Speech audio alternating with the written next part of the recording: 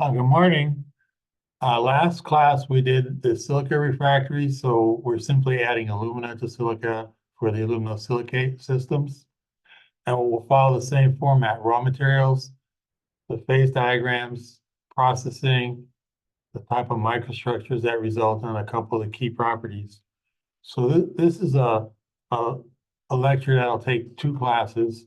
So today we'll get through raw materials and maybe halfway through the phase relationships. So these are the raw materials for all the alumina silica based refractories, starting from fire clay to pure alumina. And this is the theoretical percent alumina in these materials, assuming there's no impurities.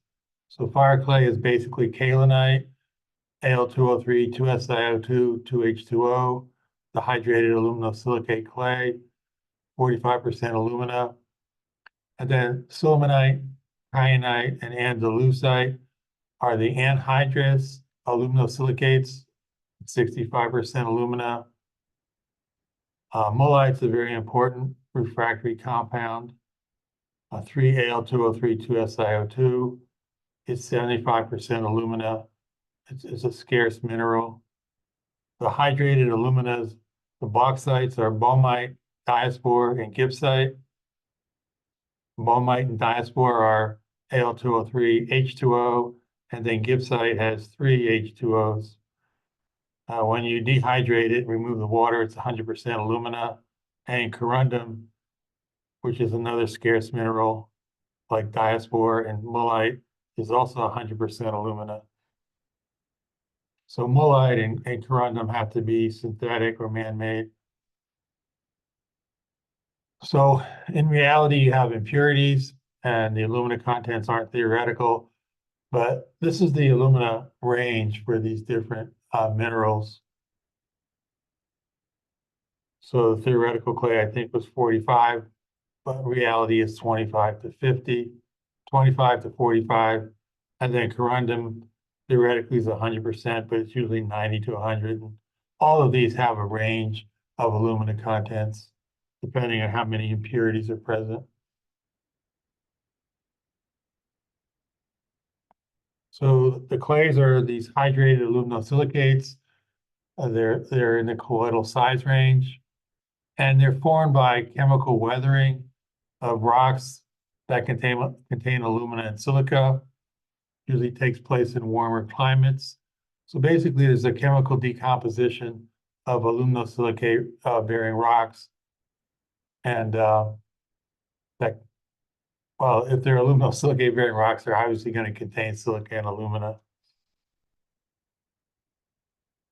And there's two types of clays. There's primary and secondary clays. Primary clays form as residual deposits, and they remain at the site of formation. So these clays tend to be coarser in size and higher purity than the secondary clays. The secondary clays are transported from their origin by water erosion, and they're deposited in sedimentary deposits. So these tend to have the finer sizes and more impurities than the primary clays. And basically, what happens during transport is the larger particles settle out, so you end up with finer particles, and you pick up impurities during the transport of these clays. Most of the clays are highly plastic. Some of the flint clays tend to be an exception. They have larger platelet sizes, so it's higher. It's harder to make them plastic.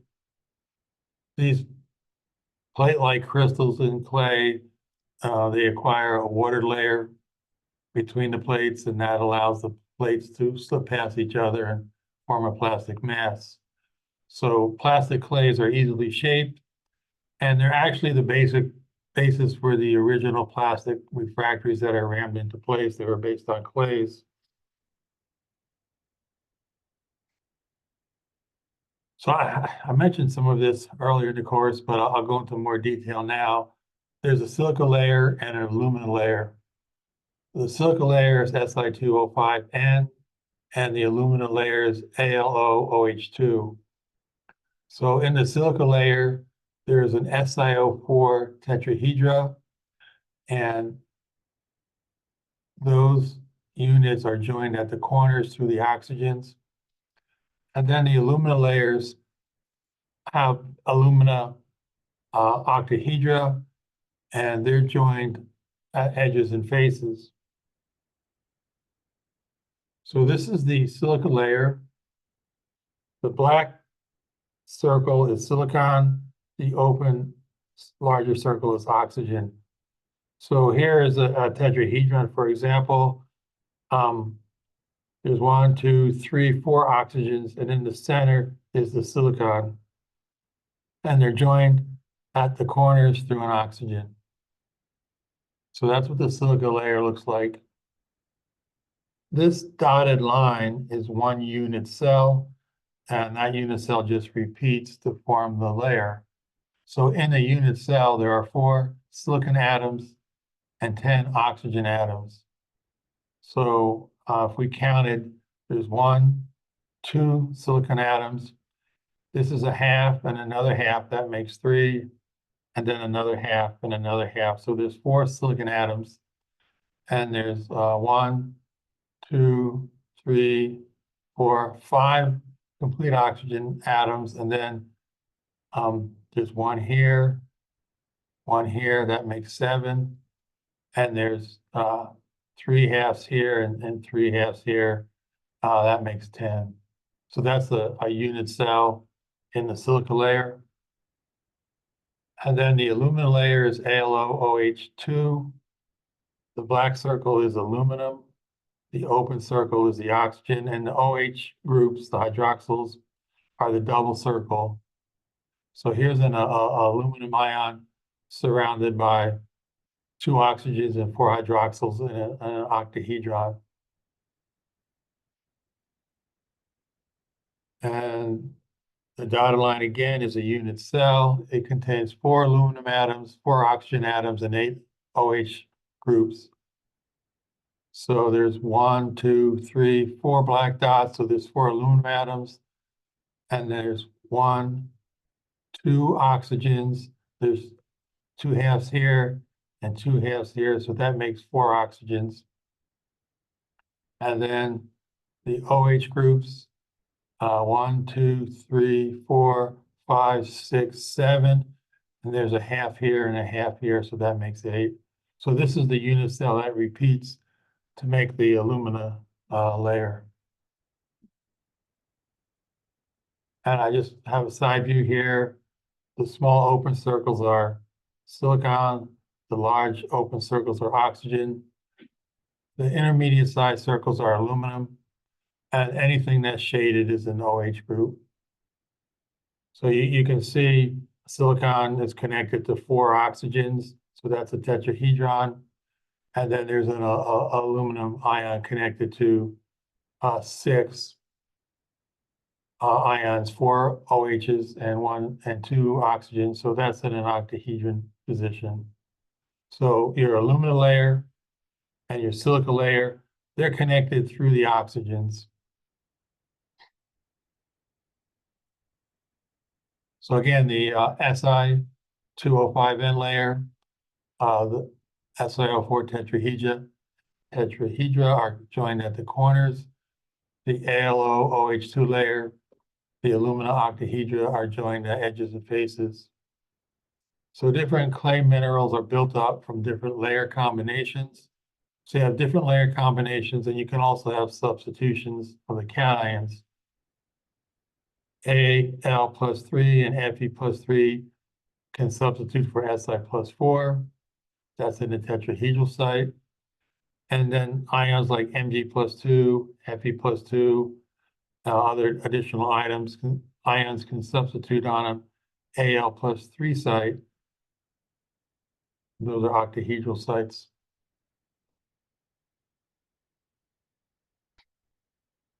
So if you substitute Al plus 3 or Fe plus 3 on Si plus 4 site, you're going to have an excess negative charge.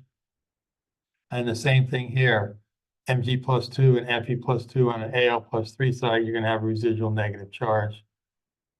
So when you make a substitution, you're going to have to balance those charges, and they're balanced by loosely held positive ions, which fit between the layers, basically.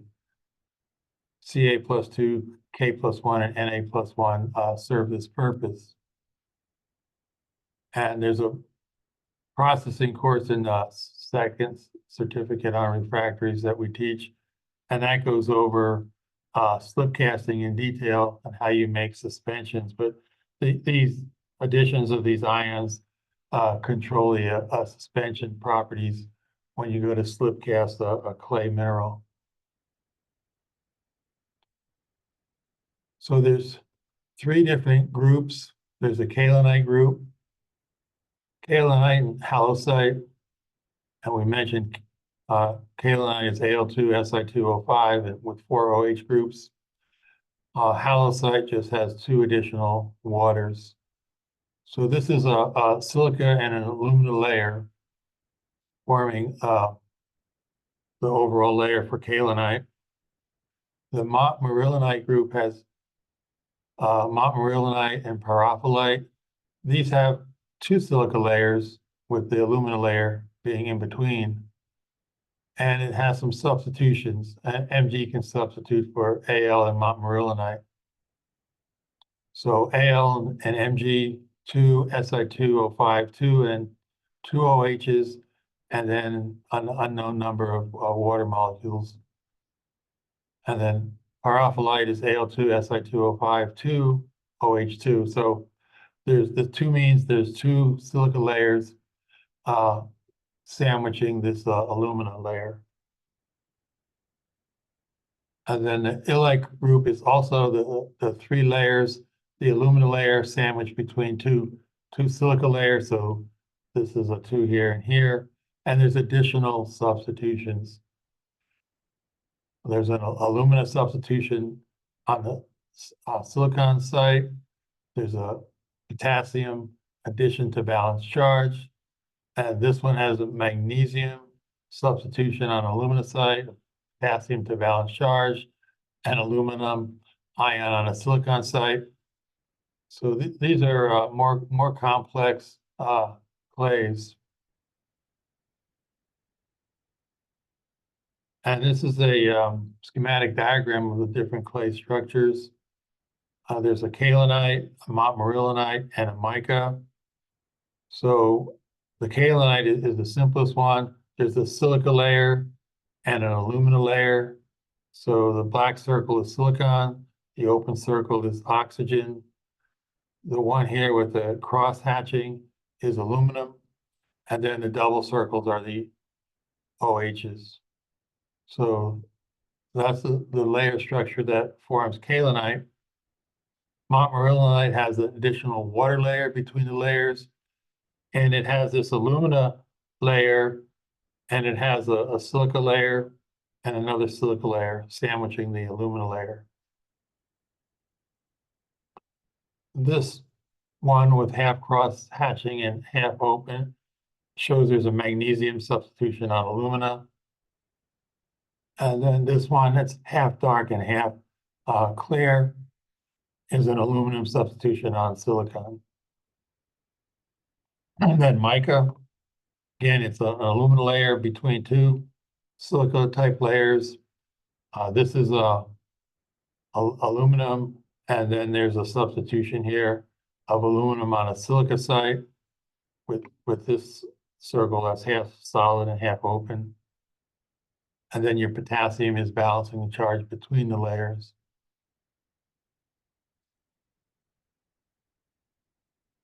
So this is a couple different types of clays for reference. This is an uncalcined chemistry. So the water is still present, it's still hydrated. So LOI is the loss on ignition. So that is just a heat treatment at a temperature high enough to drive off the water. So a Georgia kaolinite has about 13% water, and a Kentucky ball clay has about 11%.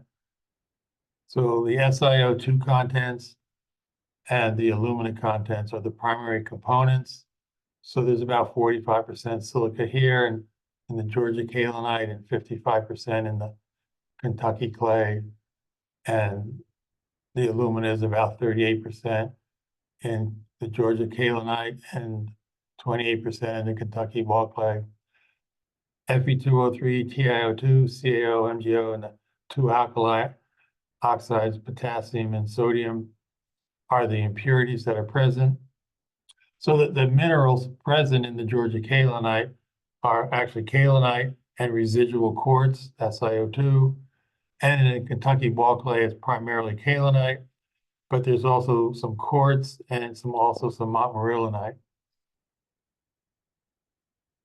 And I have a few more here. These are calcined clays, so the water is gone.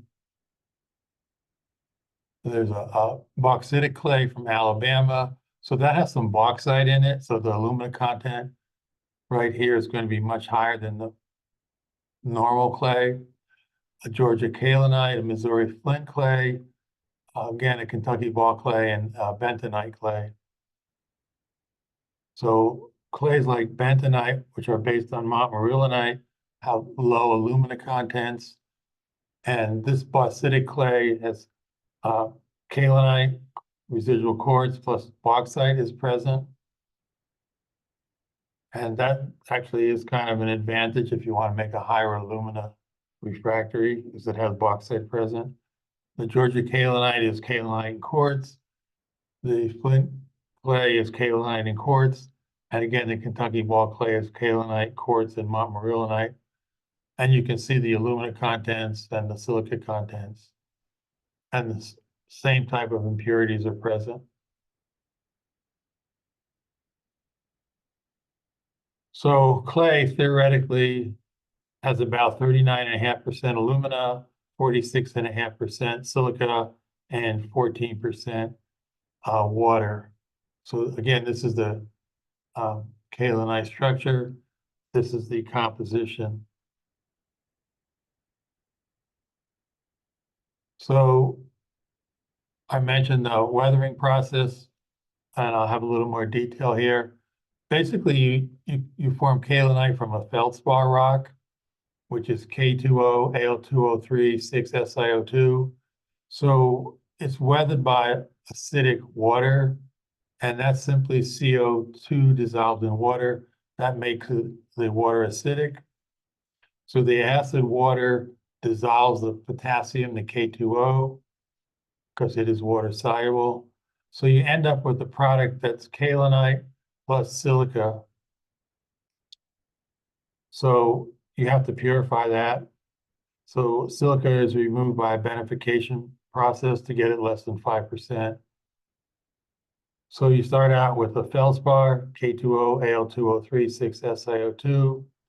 You have your acidic water that dissolves the K2O, and then you have SiO2, and then your clay, your kaolinite. And if you want to remove the SiO2, you have to go through a beneficiation step. So this is an SDM photograph of platelets of kaolinite. And these platelets are about 10 microns across. So the size is about 10 microns. You see how the platelets are stacked, and when you add water, the water goes between the platelets and it becomes very plastic. So if you're making a clay-based refractory, you apply heat, and this is a temperature greater than 1400 degrees C. So you start out with kaolinite, and you're going to have a product of mullite, which is 3Al2O3, 2SiO2, and cristobalite at this temperature, 1400 degrees C. So the SiO2 is in the form of cristobalite, it's no longer quartz, and you're going to have some water coming off. So you end up with 63% mullite, 37% cristobalite. And The dehydrated kaolinite is about 45.9% alumina and 54.1% silica. So this mullite is a very desirable refractory material. It's a high temperature material with relatively low thermal expansion, and it has a lot of good properties. So mullite is the most desirable phase that you want present when you have alumina silica refractories, especially with the higher silica contents, the clay-based materials. So this has the whole sequence of heating up a clay. You start out with kaolinite, Al2O3, 2SiO2, 2H2O. You heat it up to this temperature range, 400 to 525 degrees C. You remove the water. So that's the dehydration step. You end up with this amorphous compound known as metakaolin, and that's Al2O3 to SiO2 plus water. You heat it up a little higher, 1100 to 1200 degrees C. You end up with a spinel type structure, 2Al2O3, 3SiO2, plus here you have your silica coming off. It's amorphous at this point. And that's, well, you go up to the next temperature, 1200 degrees C or so. And now the spinel converts to mullite, 3Al2O3, 2SiO2. And here's your SiO2 and the form of cristobalite. It's kind of in a plate-like structure, but then if you go up to a higher temperature, 1400 degrees C, you now have mullite and cristobalite again, but the mullite is now in its common needle-shaped structure, and then you have cristobalite.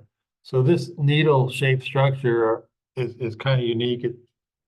I'll show the microstructures later, but these needles are interconnected and give rise to some good high temperature properties, like high temperature strength and high temperature creep resistance and thermal shock resistance.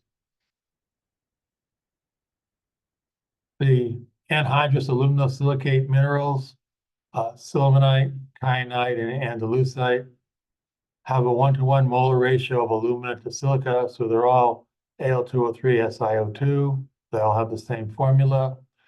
They have slightly different crystal structures. Sillimanite and andalusite are orthorhombic, and kyanite is triclinic. So in nature, these are formed under high pressures.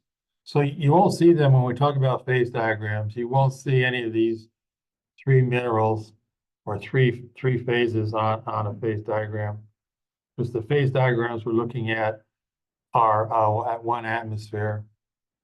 So these are not equilibrium phases on our normal phase diagram.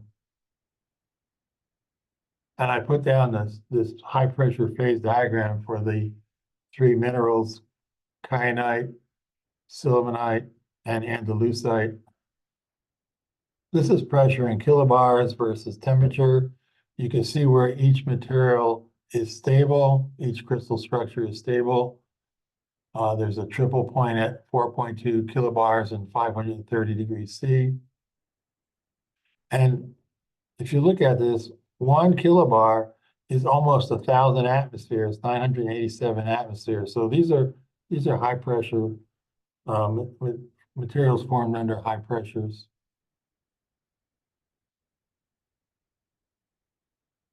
So again, I have a couple tables of the chemistry for the different aluminosilicate materials for reference. This is a Virginia kyanite, South African sillimanite, and another South African andalusite. There's a little bit of loss on ignition. That could be some water present, or another compound decomposing an impurity. Could be an organic material, carbon-based organic material, but a low loss on ignition. And then you have your silica contents, your alumina contents, and then your typical impurity. So this is a kyanite, about 39% silicon, 59% alumina. this sillimanite is enriched in alumina. It's much higher because there's some corundum present. So sillimanite, and there's TiO2, so there's some rutile, plus a higher alumina content due to the corundum addition. So if you're looking for a higher alumina material, this is a good raw material. And then andalusite is similar in composition to kyanite, and the mineral present is andalusite. A few more of these. There's a South African kyanite, a Swedish kyanite, an Australian sillimanite, and an Indian sillimanite. And you can see the silica contents tend to be in the middle range, around 35%. The alumina contents tend to be about 60%, plus your typical impurities. So these two kyanites are kyanite, and these two sillimanites are sillimanite. There are no other minerals present. So those are some typical chemistries from different locations. These anhydrous aluminosilicates, when you heat them up, they rather quickly, because they're basically metastable, high temperature, high pressure phases, they decompose to mullite and they reject the silica. So Al2O3 whether it's sillimite, kyanite, or andalusite, all form mullite, 3Al2O3, 2SiO2, and cristobalite or amorphous silica. So now you have 88% mullite, 12% cristobalite or amorphous silica. So the mullite content is much higher here as we go up higher in alumina content on these raw materials. So whether it's sillimanite, kyanite, or andalusite, it's about 63% alumina and 37% silica. So if you're striving for a high mullite aluminosilicate fire brick or refractory, this is a more desirable raw material.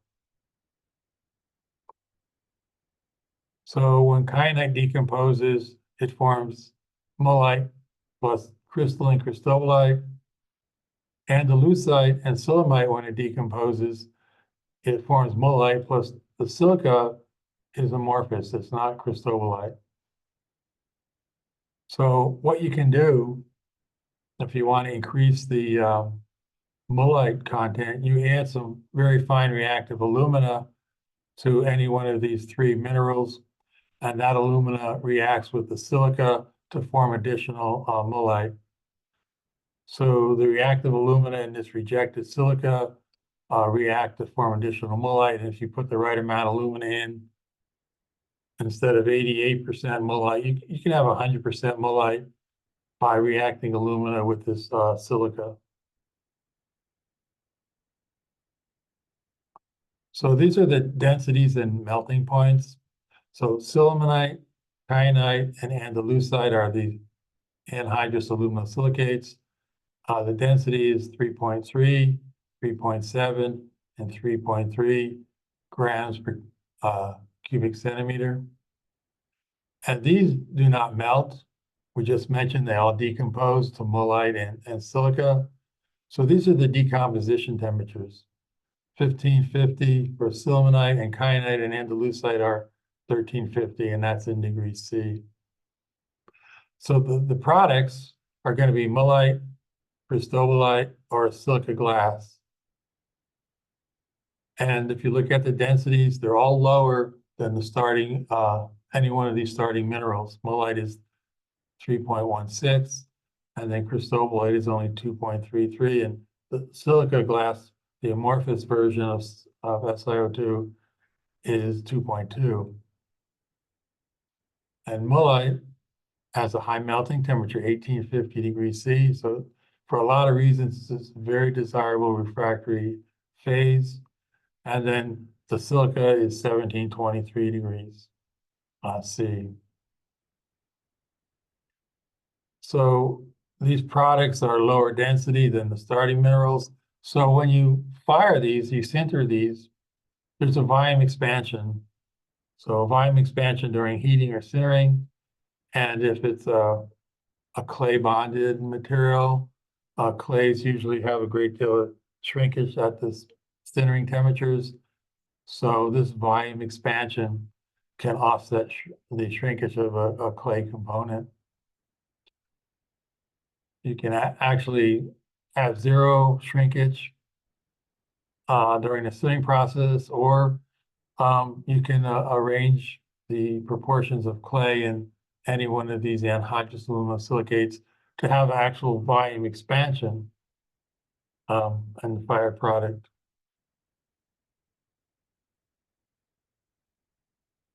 So again, an example here is kyanite. Its volume expansion is 18% upon sintering or heating.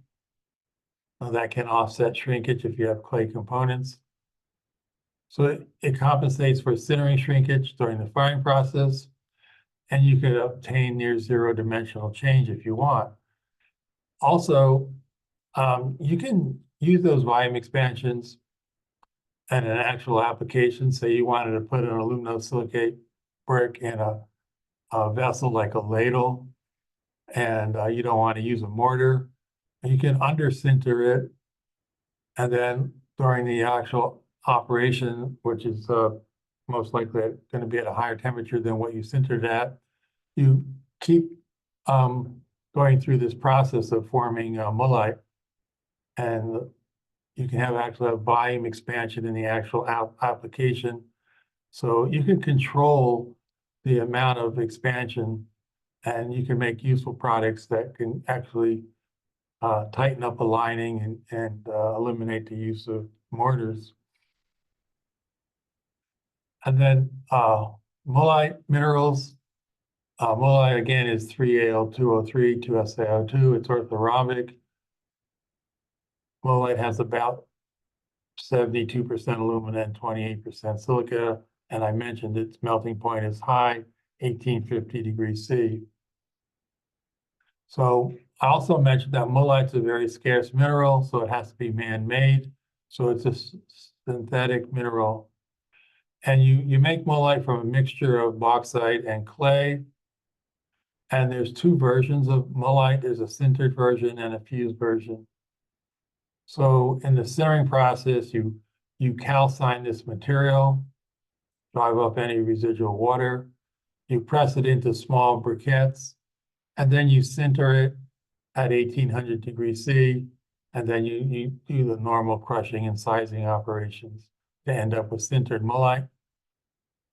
You can also fuse it, so you melt it in a large crucible, and you melt it at high temperatures, higher than the melting temperature, greater than 2000 degrees C, and then you pour it into an ingot and you let it crystallize. The crystallization takes place during cooling. And the advantage of fused mullite is that the mullite crystals are very dense. There's no porosity as in a sintering process. So it's more expensive to make a fused raw material, but you have a pore-free, basically dense material, which is going to enhance its corrosion resistance. So a sintered mullite has a flow chart that looks like this. You start out with a calcined alumina kaolinite. They're mixed by a milling process. They're granulated. That goes through a drying and a sintering process. And now you have these pellets that are crushed. If you want to remove other impurities, and here's an example of removing iron. And then the different particle sizes are screened into their size fractions for the final product. The flow chart for a fused mullite usually start out with calcined alumina and silica sand. So you're starting out with higher purity materials. They're melted in basically a large crucible. poured into ingots. They crystallize when it's cooled. You crush the material. You can remove impurities. Maybe you pick up iron during the crushing process. They're screened into different sizes for the final product. This one shows a milling step. So there may be a ball milling step where you make really fine particles, and that's screened and forming a product.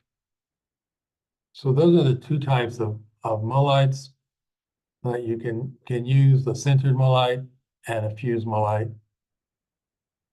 So these are the compositions. The sintered ranges from 21 to 26% silica. The fused mullite is 23%. The sintered alumina range is 71 to 77. The fused is 76% alumina. These are the raw materials. I mean, these are the impurities from the raw materials. Fe2O3, TiO2, CaO, and MgO, and the two alkali oxides. And notice in the fused material, these are trace. So this is a high purity dense mullite. Some of these impurities are removed when the material is molten. They're evaporated, especially the alkalis. So a fused mullite tends to be a very good raw material in terms of low impurities and high density. The hydrous alumina minerals, the hydrated minerals are the bauxites. There's baumite, diaspore, and gibbsite. Baumite and diaspore are Al2O3 H2O, and gibbsite has three H2Os. The first two are orthorhombic. The last one is monoclinic. These are the densities, 3.1 grams per cubic centimeter, 3.4. And this one, because it has more waters, is 2.4. So when you heat treat this, you're going to end up with the high temperature form of alumina, alpha alumina. And if there's no impurities, it'll be 100% alumina. And alumina is an excellent refractory material, melts at 20, 50 degrees C. So you can see as we go up in alumina contents on all these raw materials, we go up in use temperature. So the weight percent, water and baumite and diaspore is 15% H2O, and then in gibbsite, it's about 34% H2O.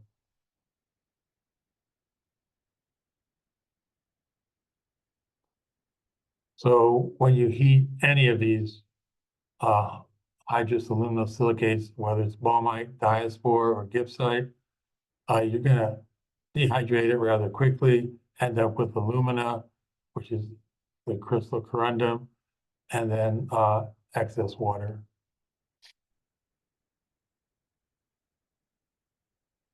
So the decomposition temperatures here for dehydration are 300 for baumite and gibbsite, and 500 for diaspore.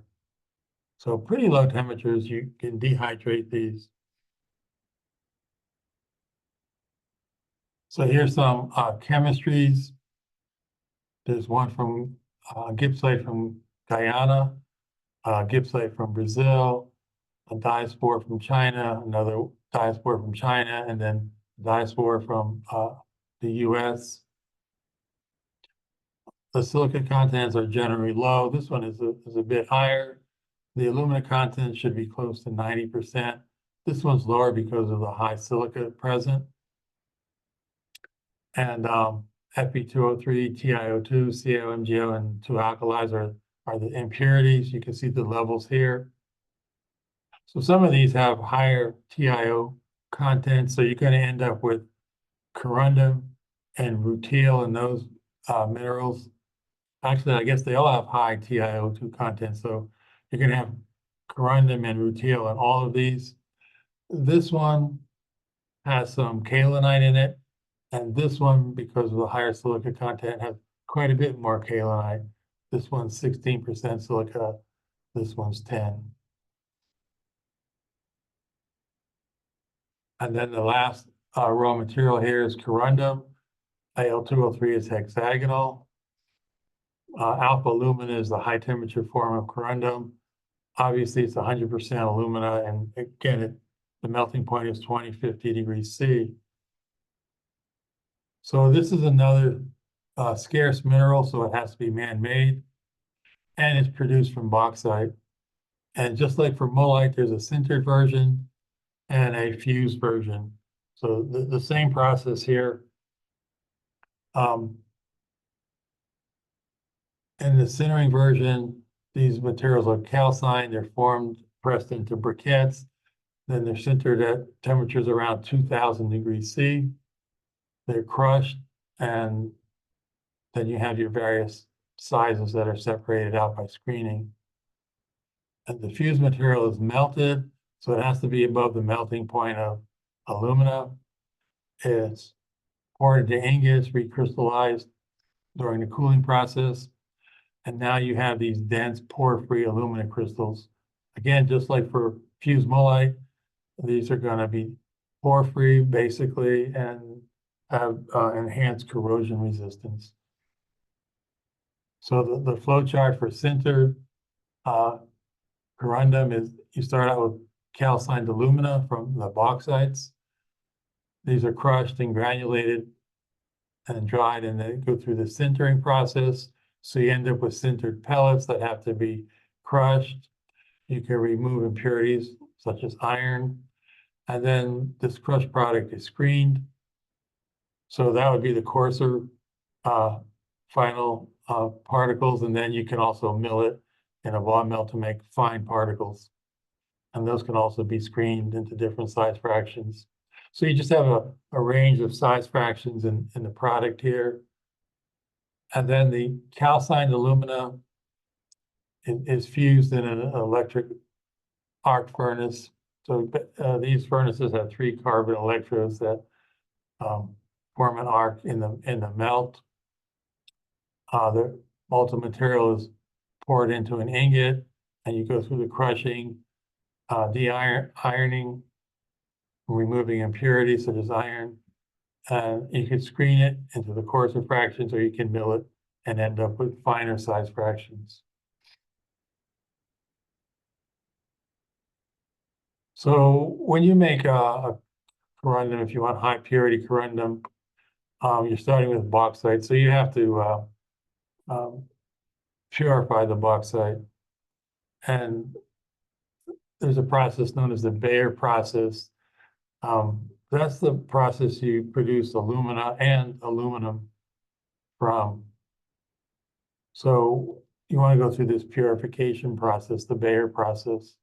So in this Bayer process, you can either end up with a metal, aluminum, or the oxide alumina. You digest the bauxites in autoclaves, and you use a hot sodium hydroxide solution. So there's a mild pressure, maybe 5 atmospheres, and a pretty low temperature, 150 to 160 degrees C. And you end up with a soluble sodium aluminate liquor. And then you have a residue that's iron-rich with the impurities. So you start out with your bauxites. You add this sodium hydroxide solution under pressure and temperature, and then you end up with this sodium aluminate liquor and water, and then the residue is the impurities, the iron-rich residue. You're going to have some sodium aluminum silicates, iron oxides, titanium oxides, and other impurities. So you're removing all these impurities as a residue.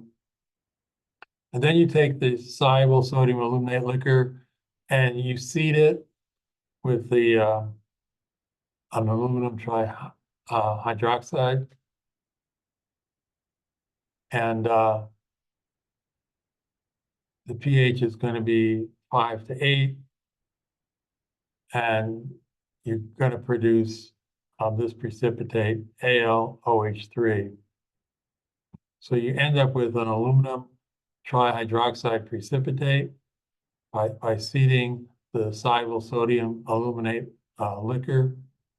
Then you have to dehydrate this trihydroxide, and you heat it and the water comes off, so you end up with Al2O3 in water. So this is not done at a very high temperature. So you have some low temperature forms of alumina. And those low temperature structures are known as transition aluminas. And they have various Greek names: gamma, eta, theta, chi, rho, kappa, and iota. And these aren't the typical hexagonal corundum structures. They're spinel-like disordered crystal structures. And some of these transition aluminas are very useful. And here's an example of rho Al2O3. They're fine particles and they're very reactive. So the reactive powder is mostly due to their high surface areas. These can be used in other refractory systems like castables. The fine particle enhances flow. It reacts with water to form aluminum hydrates. That's a bonding agent. And when we talk about castables, we'll talk about cement-based castables and non-cement-based castables. So this is a hydratable alumina, this rho alumina, and it'll form a bond by itself. And also these reactive powders can react with silica to form more mullite. So you're processing this with the sodium hydroxide, so you're going to end up with some sodium and oxide impurities. So a normal soda is Na2O, a content greater than 0.1%. A low soda has an Na2 content of less than 0.1%. And if you have a high purity system, you're only going to have a trace of the Na2O. So there's basically three grades of this calcined alumina. So I've shown some chemistries here: the normal, the low, and the high purity, distinguished by the Na2O content. So you can see the high purity material is almost 100% alumina with a trace of impurities. The low soda is about 99.8% alumina, and then some of these impurities are traced, some are quite low. And then a normal soda would be about still greater than 99% alumina. And you can see how the Na2O plus K2O content is higher here in the normal soda, lower in the low soda, and only a trace in the high purity material.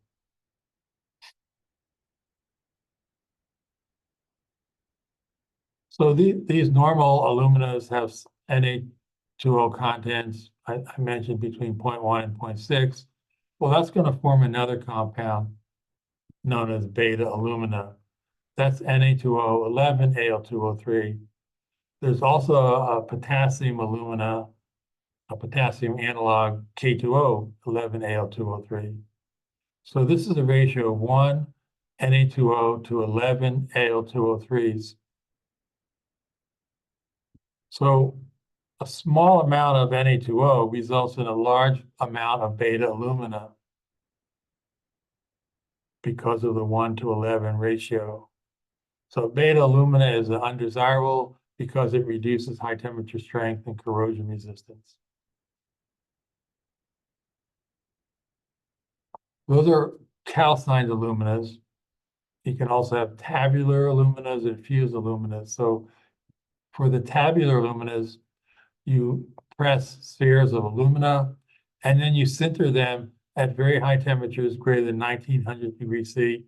You basically sinter them somewhat below the melting point of alumina, where the diffusion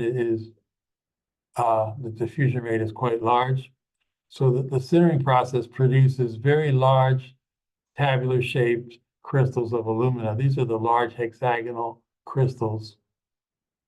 So you take those spheres of alumina, you crush them, and then you're going to end up with polycrystalline alpha alumina.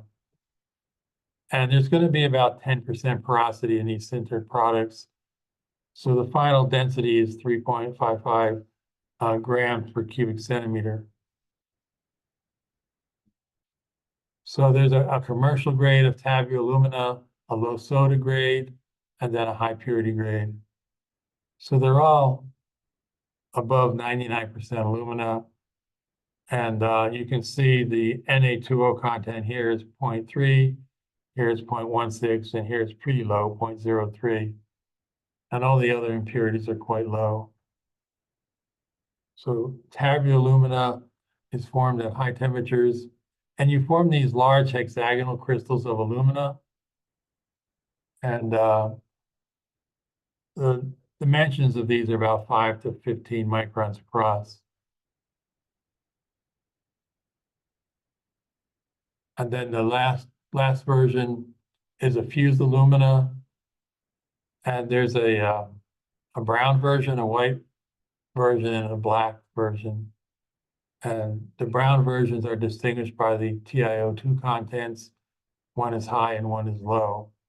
So there's a brown fused alumina because you have iron oxide, TiO2 present. You have impurities that discolor it brown.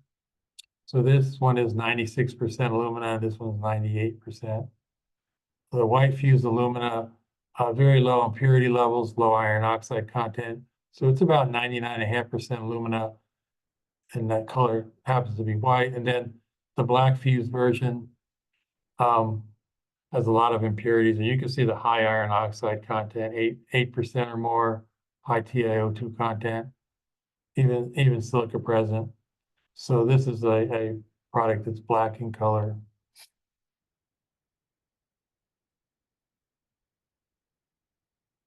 So we can get started on the phase diagrams. The alumina phase diagram is one of the classic phase diagrams that everybody should know in the refractory business.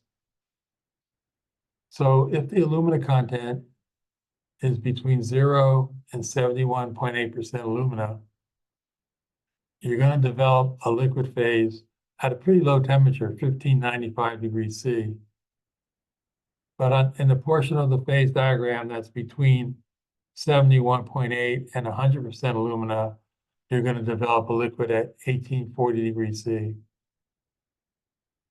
So when you look at this alumina silica phase diagram, you can rather quickly pick out where liquid forms and the amount of liquid phase that appears. This is 100% silica on the left-hand side, going to 100% alumina on the right-hand side. So 0 to 100 weight percent alumina, and then 0 to 100 up here is the weight percent silica. This is temperature in degrees Fahrenheit and temperature in degrees centigrade. So there's one compound, and that's mullite, 3Al2O3, 2SiO2, that's right here. Then basically you have two simple eutectic binaries.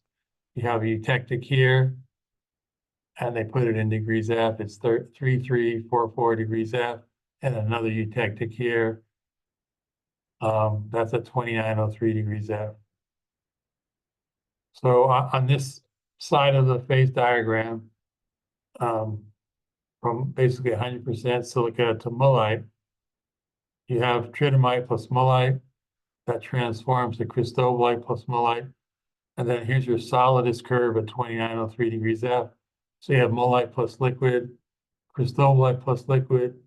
Here's your liquidous surface, and everything above that is liquid. And then here's your mullite, and they have the melting point here at 3362 degrees F. So over here you have corundum plus mullite, and the solidus curve here is 3344 degrees F.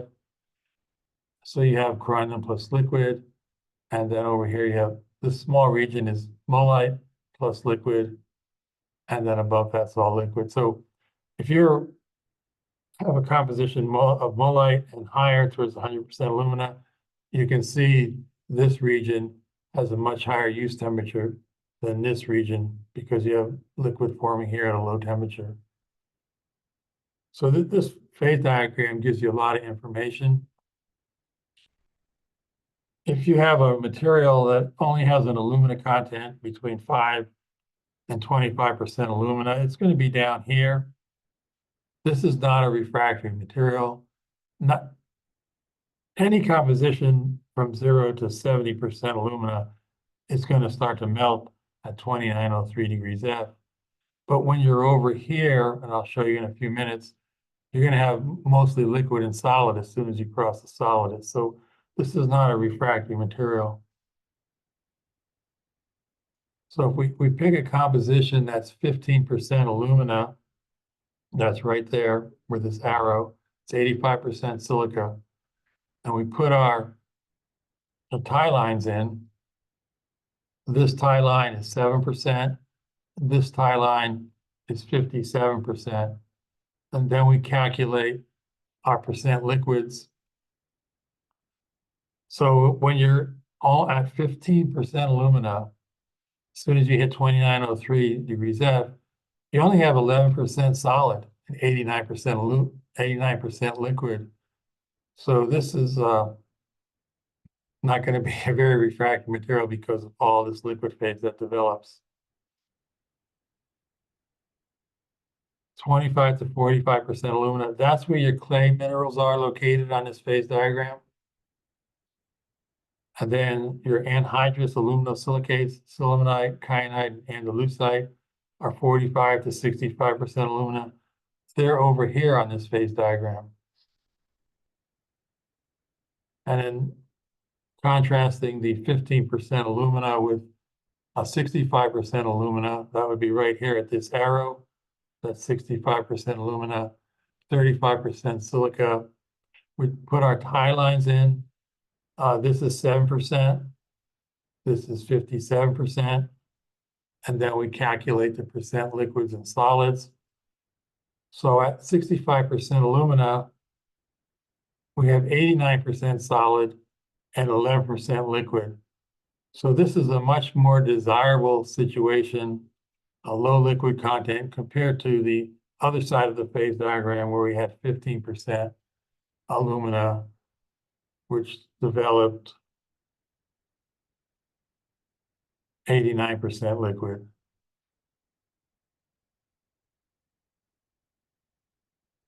And then your mullite, synthetic mullite materials, 65 to 75% alumina, are in this portion of the phase diagram. These hydrated aluminas, the bauxites, baumite, diaspore, and gibbsite, 75 to 90% alumina, are all in this side of the phase diagram where we have the higher temperature materials. And then finally, the corundum materials are going to range from 90 to 100% alumina. They're going to be over here. So this phase diagram is very useful. You can take your aluminosilicate compositions, you can see where they're going to melt, and you can see how much liquid phase is going to form. So obviously the high temperature refractories are mullite and higher where you have mullite and corundum. And all your fire clays are down in here. So that's where I'd like to stop today. We'll finish up with the phase diagrams with the other types of impurities that are present. And then we'll look at how these materials are made, what their microstructures look like, and a couple of key properties.